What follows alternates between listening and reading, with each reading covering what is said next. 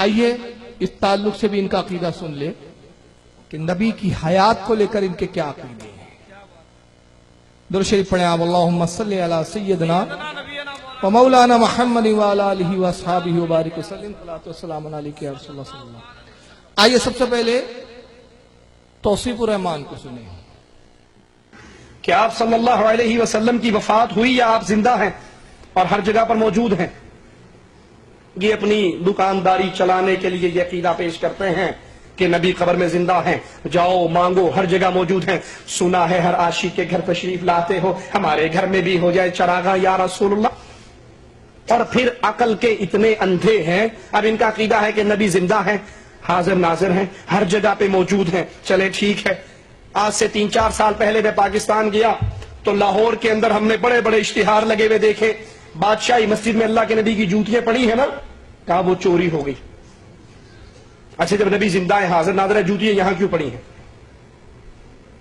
نبی زندہ ہیں، حاضر ناظر ہیں، چلتے پھرتے ہیں، ہر جگہ موجود ہے، جوتیاں تمہارے پاس کیوں پڑی ہوئی ہیں؟ یہ پگڑی آپ کی آپ کے پاس کیوں پڑی ہے؟ یہ عصا آپ کا آپ کے پاس کیوں پڑا ہے؟ تو نبی کے پاس ہونا چاہیے. ادھر کہتے ہو رسول اللہ صلی اللہ علیہ وسلم مختار کل ہیں. کیا عجیب ڈرامہ بازی ہے، کیا عجیب ڈرامہ بازی ہے. آئیے پہلے اس کا جواب سن لے. کہتا ہے اس سے سوال ہوا کہ کیا انبیاء زندہ ہے، اپنی قبر میں موجود ہے، سنتے ہیں، حاجتیں پوری کرتے ہیں. کہا یہ اپنی دکانداری چلانے کے لیے عقیدہ پیش کیا جاتا ہے کہ نبی زندہ ہے. یعنی ہمارے جو علماء بیان کرتے وہ اپنی دکانداری. میں کہتا ہوں بات صحیح ہے، ہم بھی دکانداری چلا رہے، تم بھی چلا رہے ہو، دکانداری دونوں چلا رہے. بس فرق کتنا ہے، بس تھوڑا سا فرق ہے. تم نبی کو مردہ بول کے دکانداری چلا رہے ہو، دکانداری تو تم بھی چلا رہے ہو، لیکن کیا نبی کو مردہ بتا بتا کر دکانداری چلا رہے ہو اور تنخواہ اپنے نجد کے آقاؤں سے لے رہے ہو. اور ہم نبی کو زندہ ثابت کر کے دکانداری چلا رہے ہیں، لیکن ہم کسی انگریزوں کی اولاد سے تنخواہ نہیں لیتے.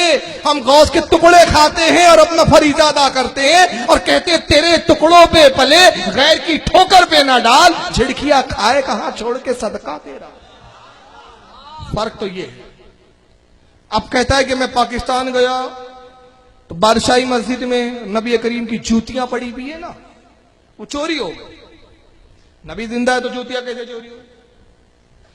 نبی کے مردہ ہونے میں حدیث نہیں ہے، عقل کا گھوڑا، اس کو دوڑاتے سر پر. اچھا اللہ زندہ ہے یا نہیں؟ مسجد اللہ کا گھر ہے، جوتے چوری نہیں ہوتے. ارے اس کو تو پتہ نہیں تاریخ ہے، تاریخ سے بے واقف لوگ ہیں. آپ کو پتہ ہے 520 ہجری میں ابو طاہر کرماتی ایک بدبخت گزرا ہے جو مسلمان تھا پہلے، بعد میں مرتد ہوا.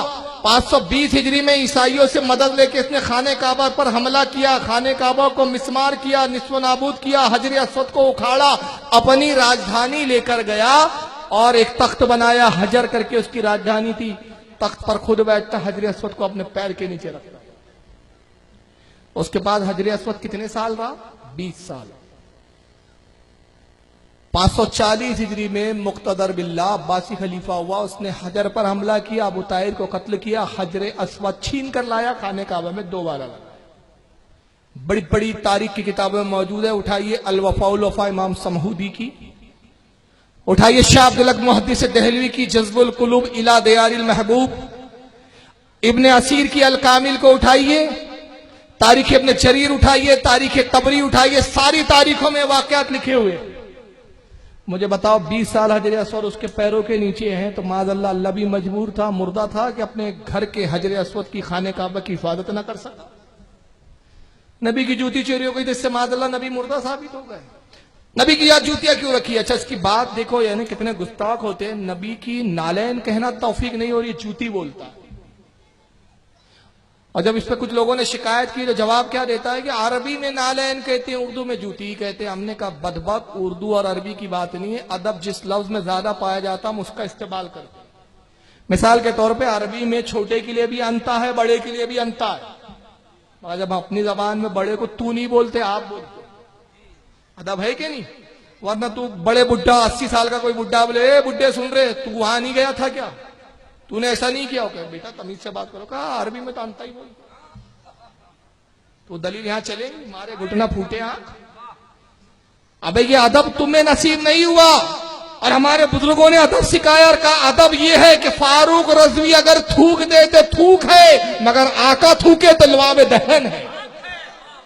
فاروق رضوی کے سروں کے بال گر جائیں بال ہے، مگر آقا کا بال تن سے جدا ہو جائے تو منہ مبارک ہے۔ میں پہنوں تو جوتا ہے، نبی اپنے تلوے مبارک سے اس کو سعادت بخش دے تو نالین پاک۔ اور یہ نبی زندہ ہے تو یہاں کیوں رکھی ہے؟ ارے وہ اس لیے رکھی ہے نالین پاک کہ نبی تو جنت کی نالین پہنتے ہیں، یہ نالین تبرک کے لیے ہمارے لیے چھوڑ گئے۔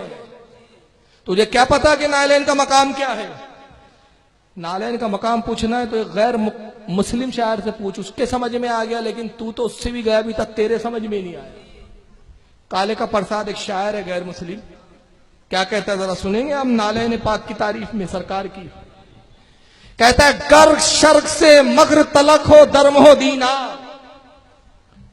کالے کا پرساد ہے غیر مسلم شاعر، کہتا ہے گر شرق سے مغرب تلک ہو درم و دینار، یعنی مشرق اور مغرب پوری سمتوں میں سونے اور چاندی کے سکے بچھا دیے، دریا سبھی موتی بنے زمیں بنے کوہسار۔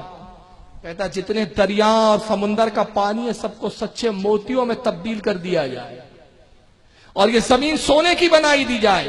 اب سنیں، گر شرق سے مغرب تلک ہو درم ہو دینار، دریا سبھی موتی بنے زمیں بنے کوہسار، اور ایک طرف کھڑے ہو میرے آقا شہ ابرار۔ کالے کا پرساد سے کوئی پوچھے تو کیا لے وے، نالین کفے پائے نبی سر پہ اٹھا لے۔